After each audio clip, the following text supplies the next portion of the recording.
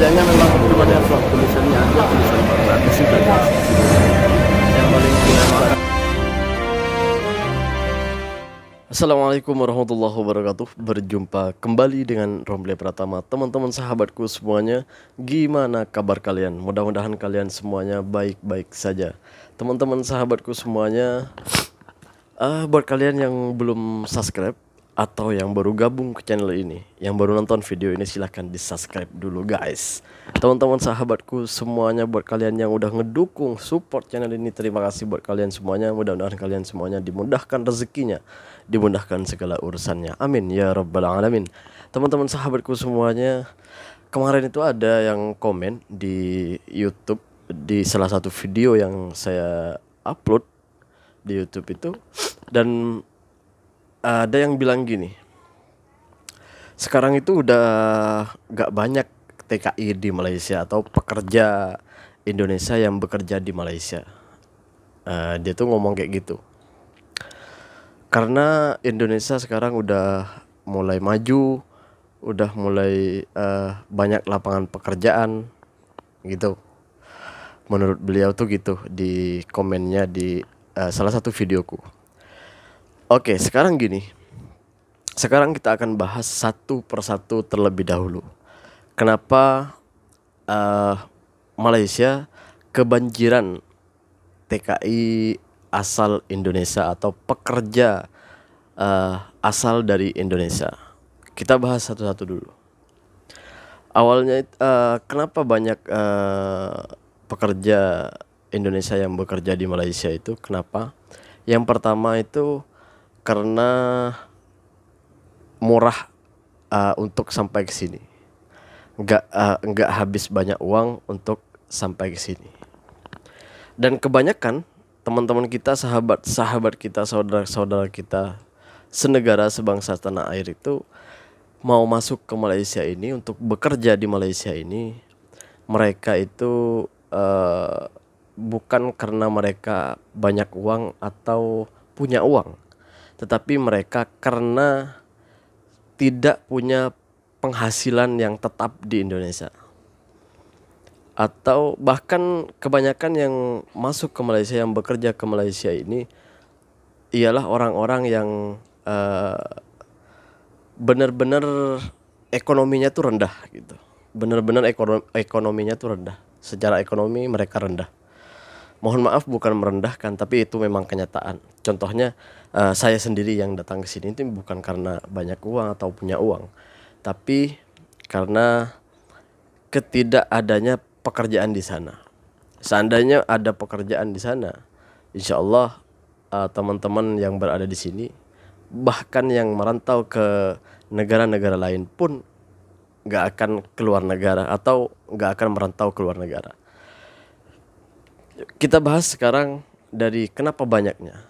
Karena dulu di Malaysia ini gampang banget untuk masuk ke Malaysia.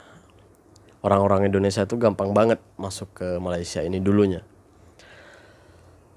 Sekedar buat paspor.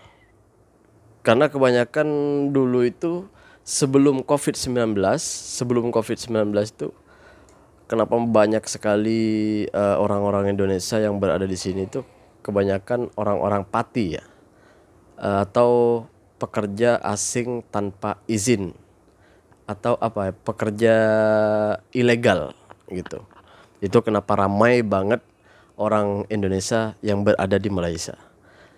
Kenapa memilih pati? Karena mereka berpikirnya itu ke Malaysia untuk mencari sesuap nasi aja, ada lebihnya untuk simpanan, untuk menafkahi anak istri, orang tua bagi yang nggak punya istri.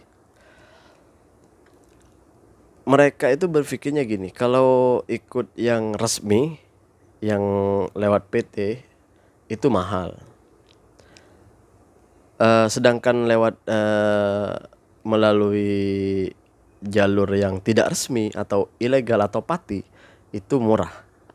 Itu kenapa mereka, teman-teman kita itu banyak memilih melalui jalur tersebut gitu. Dan kenapa di Malaysia ramai sekali sebelum Covid ya, itu ramai sekali orang Indonesia yang merantau ke Malaysia. Pasti ramai banget di sini. Pada waktu itu ramai banget. Apalagi sekitar sebelum tahun 2014. Itu ramai banget. Itu ramai banget.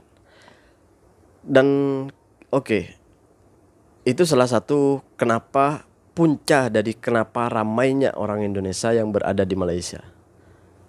Karena alasan tersebut, karena murahnya ongkos ke sini, tambang untuk masuk ke sini, karena murahnya tambang masuk ke sini.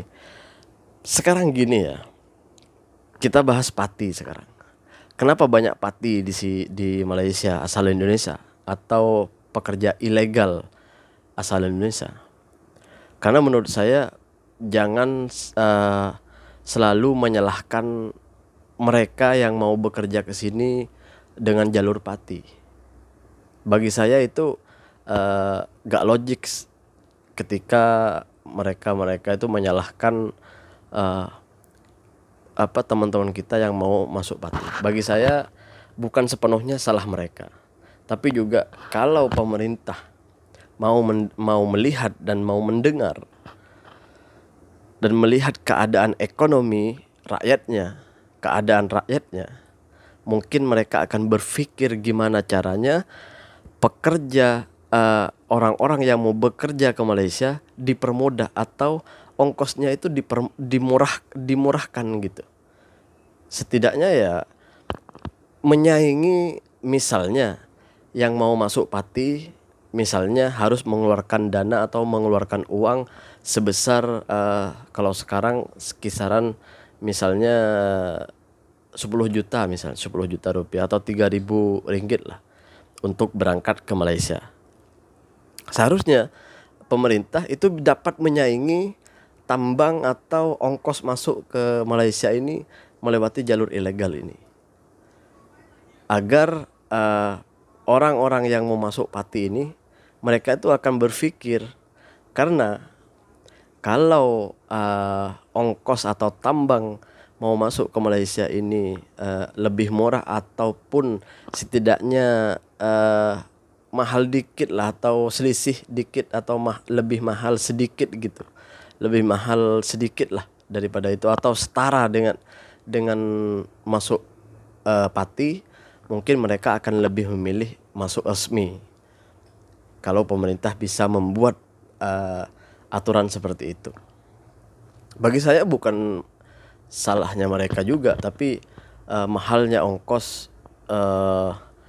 dari Indonesia tuh ke Malaysia. Dan juga kenapa banyak orang masuk melewati jalur-jalur itu, karena di PT di sana juga kadang juga banyak juga penipuan gini, ya pokoknya banyak penipuan, banyak diakal-akalin orang-orang itu kenapa banyak orang yang memilih jalur jalur ilegal atau pati lah gitu.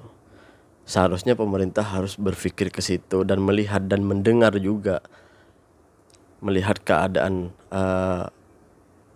rakyatnya gitu. Oke, sekarang kita bahas kenapa sekarang udah sepi atau udah kurang. Kalau sepi sih enggak sih. Kalau kurang iya, memang kurang. Pendatang asing di Malaysia ini asal Indonesia itu sekarang sudah berkurang. Tidak seperti dulu lagi. Kenapa? Karena sekarang Malaysia membuat peraturan yang sangat ketat untuk kedatangan atau masuknya orang khususnya dari Indonesia. Ya banyak negara-negara lain juga diperketat juga, tapi ini yang saya bicarakan ini tentang Indonesia. Diperketat, dan bahkan menurut yang saya baca di sosial media itu, di berita, bahkan pelancong saja harus benar-benar memakai prosedur yang telah diresmikan oleh pemerintah Malaysia. Artinya diperketat udah. Itu kenapa alasannya masih kurang sekarang orang-orang Indonesia yang bekerja di Malaysia. Karena untuk masuk jalur yang Pati atau ilegal itu sekarang sudah tidak mempunyai ruang atau tidak susah lah mau masuk secara Pati gitu. Itulah kenapa alasannya orang-orang Indonesia sudah tidak seberapa ramai. Untuk yang resmi masih banyak. Mungkin masih seperti yang dulu lagi atau mungkin lebih daripada yang dulu untuk yang resmi. Bahkan kilang-kilang di seperti contohnya di Sunway, di Bangi itu banyak lagi masih pakai orang-orang Indonesia juga. Banyak lagi. Itu yang ikut jalur resmi.